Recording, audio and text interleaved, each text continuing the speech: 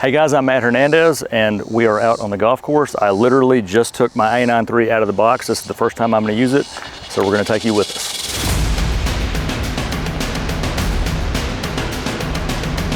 So we're actually doing this backwards. I had a senior who needed a commitment golf picture for where he's going to go to college. He's going to announce that on Friday.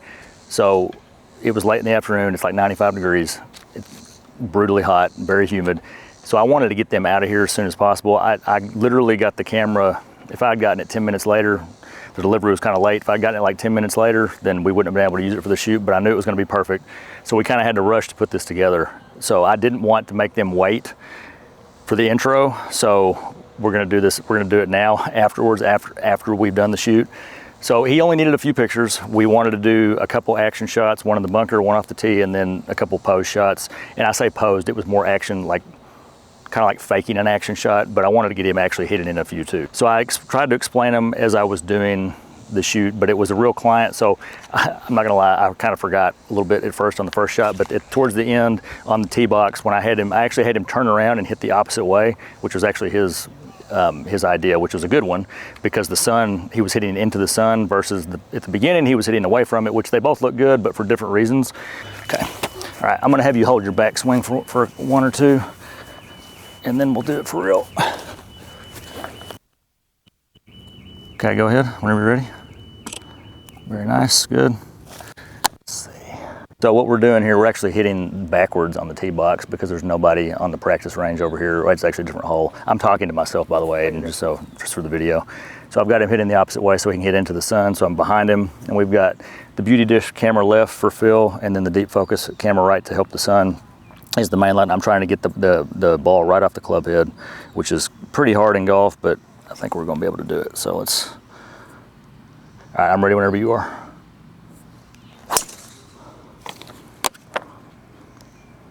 Nice. The global shutter, I'm glad that I got this camera just in time, because I don't know that the shots would have been cool. I would have made it work no matter what, but because of the global shutter, it turned out way more dramatic than it would have otherwise, because we were shooting directly into the sun. It was probably the brightest point of the day. I don't know, it's like, well, it's a little bit late, so that's probably not true. It was super bright still, but I was at 1/8,000th of a second, f8, I believe, on the tee box shots, and that was strong enough to where the sun wasn't really playing a huge part. It was actually acting as fill when he was facing it a little bit from the front.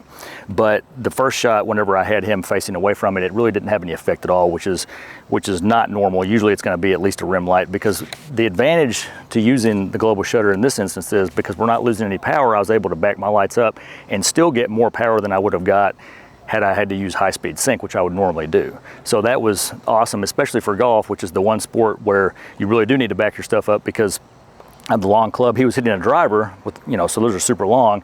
So you've got to move them back. And also if you're shooting wide and you're having the ball come off the club head like I was trying to get, then there's really not, you don't want to back your lights up too much, because then they'll lose all their potency and power, right? You won't light the subject as dramatically as you want. So, but because I was able to get the maximum power out of it, it worked out perfectly. So that worked out really well. Then after that, we went to the bunker. I stayed at 1/8,000th of a second. So the sun's not as relevant because he's going to be pretty much in the shade. So I just want to get the light where it's going to light him from the front. And I want him to aim at the hole, but it doesn't have to be directly at the hole because it doesn't really matter where the ball goes. We just want to get it in the air. Is it okay if sand gets on that? Yeah, we're good. I mean, I don't want the ball in my head. Dude, I've done this so many times. Trust me, I know what's going to happen. See me here? Go. Actually, hold on, wait a minute. Let's see. Just move that way just a little bit. Back? Yeah. Actually, no, go more this way. I'm sorry, I'm changing my mind here. There we go.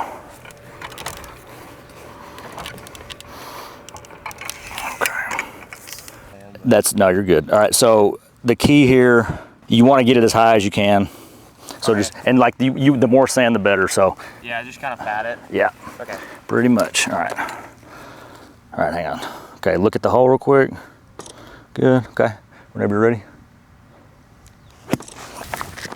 Sorry. No, dude, it's good, you're good. Oh yeah, that was. No, we got balls, we're good.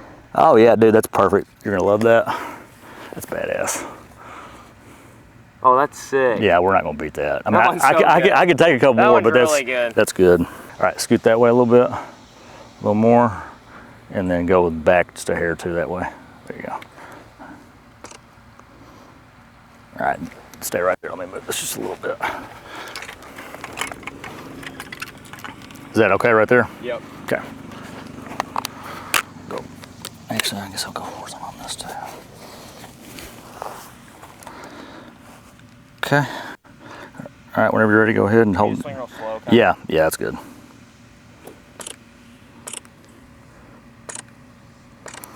Good. Oh, that was perfect. Oh, hold on. There it is. Oh, that's so sick. Yeah. And the balls up there. know. Yeah, that's sick. That's the thing is you don't always get the ball in it, you know, with the sand perfect like that. No, that's dope. Before I forget, there's a flash timing setting that you have to set with the global shutter with the A9III, and Westcott has a field guide that you can download. We'll put the link in the description below. So it basically tells you what the flash timing setting is for every shutter speed and flash power. So for example, I was at a power of 9 at 1/8,000th of a second. The f-stop and the ISO, they don't matter. They can be whatever. It's because I actually changed my f-stop when we went to the bunker to 5.6. I had to go down because I used the beauty dish on that, which that's another point too, because I was able to get the maximum power out of my FJ400s, which I didn't mention that before, that's what we were using the entire time. I was able to use a beauty dish with the diffusion in it, and I was still able to underexpose the background, which it may have been, I might have gotten a 0 exposure, which means the meter would have read properly exposed and be able to use the beauty dish, but I definitely wouldn't have been underexposed like I was today had I had to use high-speed sync, because I would have lost so much power because of that. So it worked out really well, but this little field guide will tell you what you need to put the flash time setting on.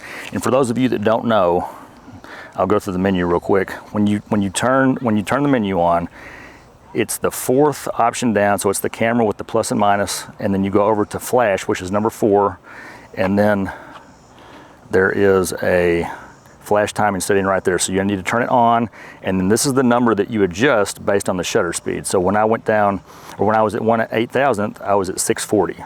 So if you don't, because the shutter speed can get so fast, if you don't set that correctly, the flash is not going to fire correctly. You're not going to get, it may clip, it's not going to clip, but you're not going to get full power. And I don't know if, I actually haven't tested enough to know if it will work at all if you get the flash timing wrong. It may not work at all. It may not, it may fire, but it may not actually light the person because it'd be missing them because it wouldn't be firing at the right time. So that's very important that you know that. I've had a couple friends actually get this camera and not realize that and go out onto a shoot without testing it, and they didn't know what to do once they got out because the flash wasn't firing at high shutter speeds, which is the point, or one of the points, one of the reasons this camera is so cool. So you definitely need to be prepared for that. Print this out, take it with you so that you know what you're doing, you know what to put that setting on. So, but I can already tell this camera is going to be awesome. I'm extremely excited to see what I can do with it.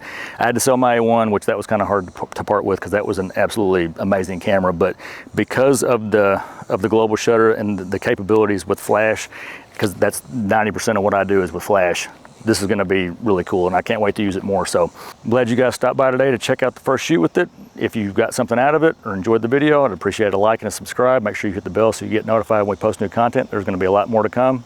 Stay tuned. We'll see you next time.